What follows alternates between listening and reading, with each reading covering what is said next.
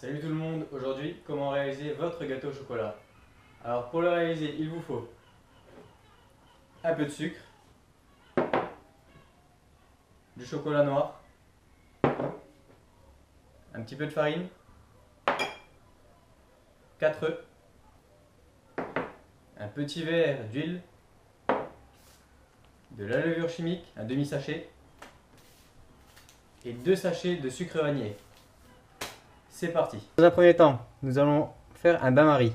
Chocolat, eau. Mais attention, l'eau ne doit pas rentrer avec le chocolat, sinon ça risque de grêler.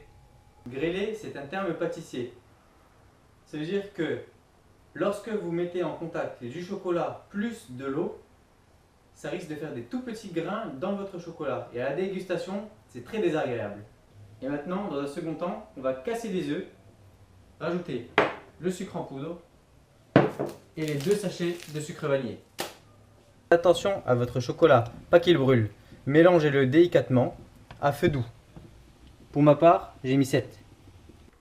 Une fois le chocolat fondu, rajoutez le verre d'huile en une fois. Et sortez-le du feu bien sûr. Une fois cette opération réalisée, vous devez obtenir ceci. Voilà. Un chocolat fluide et lisse. Laissez de côté le chocolat et continuons notre recette. Pour réaliser l'appareil, nous avons cassé les œufs, nous rajoutons le sucre en poudre en une fois et les 2 sachets de sucre vanillé.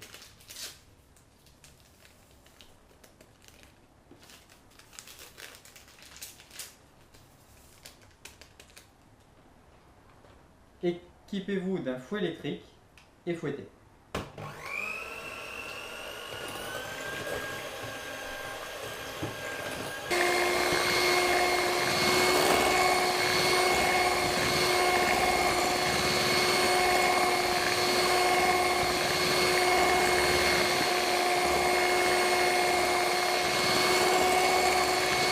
Voilà, nous avons réalisé le mélange œuf-sucre. Vous obtenez un mélange très aérien, très mousseux. Nous allons pouvoir mettre le chocolat ainsi que la levure chimique et la farine. C'est le chocolat.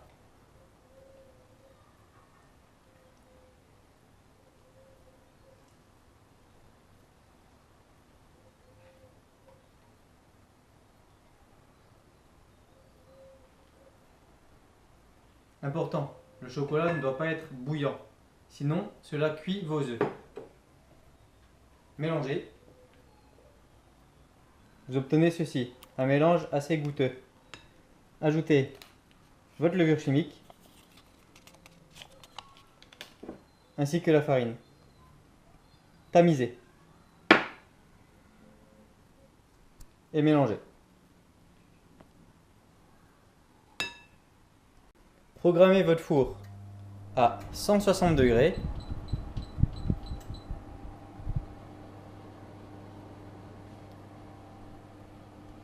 et laissez-le monter à température. Pour démouler plus facilement, prenez votre moule à manquer, le beurre, de la farine et vous chemisez le tout.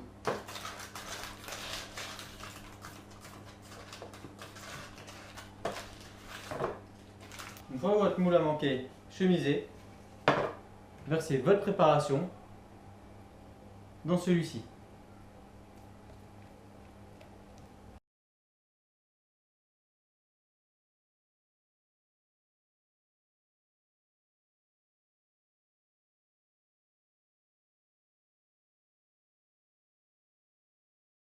Une fois cette réalisation finie, enfournez-le pendant 15 à 16 minutes.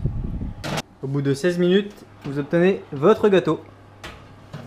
Et voilà, tout beau, tout chaud. On va le laisser refroidir et après, c'est parti pour la dégustation.